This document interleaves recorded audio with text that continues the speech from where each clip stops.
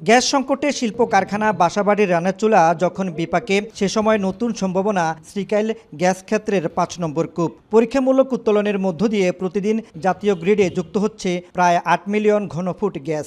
এতে গ্যাস ক্ষেত্রের ৫টি কূপ মিলিয়ে প্রতিদিন প্রায় ১৭ মিলিয়ন ঘনফুট গ্যাস সরবরাহ হচ্ছে গ্রিডে। মুরাদনগরে কূপটির আনুষ্ঠানিক উদ্বোধন করেন বিদ্যুৎ ও জ্বালানি প্রতিমন্ত্রী অনিন্দ্র ইসলাম অমিত। তিনি বলেন, আমদানি নির্ভর জ্বালানি নীতি দেশের জন্য ঝুঁকিপূর্ণ, তাই নিজস্ব গ্যাস ক্ষেত্র থেকে উত্তোলন বাড়িয়ে দেশকে স্বয়ংসম্পূর্ণ করার দিকে এগোতে চায় সরকার। গরমে দাপাদাপি, ঘরের চালের স্থায়ী সমাধান আনোয়ার সিমেন্ট শীট।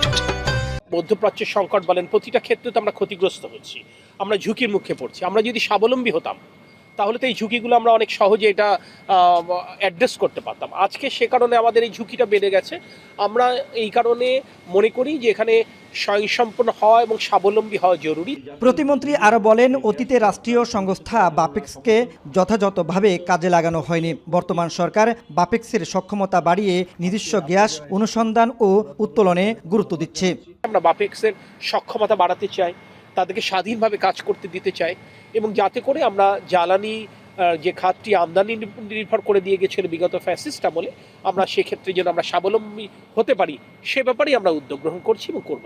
গেল বছরের সেপ্টেম্বরে কূপের খনন শুরু হয়ে চলতি বছরের জানুয়ারিতে শেষ হয়। পরীক্ষামূলক শেষে আনুষ্ঠানিকভাবে গ্যাস উত্তোলন শুরু হলো শনিবার। এই কূপে প্রায় ৪০ বিলিয়ন ঘনফুট গ্যাসের মজুদ রয়েছে, যা ভবিষ্যতে দেশের জ্বালানি চাহিদা পূরণে গুরুত্বপূর্ণ ভূমিকা রাখবে।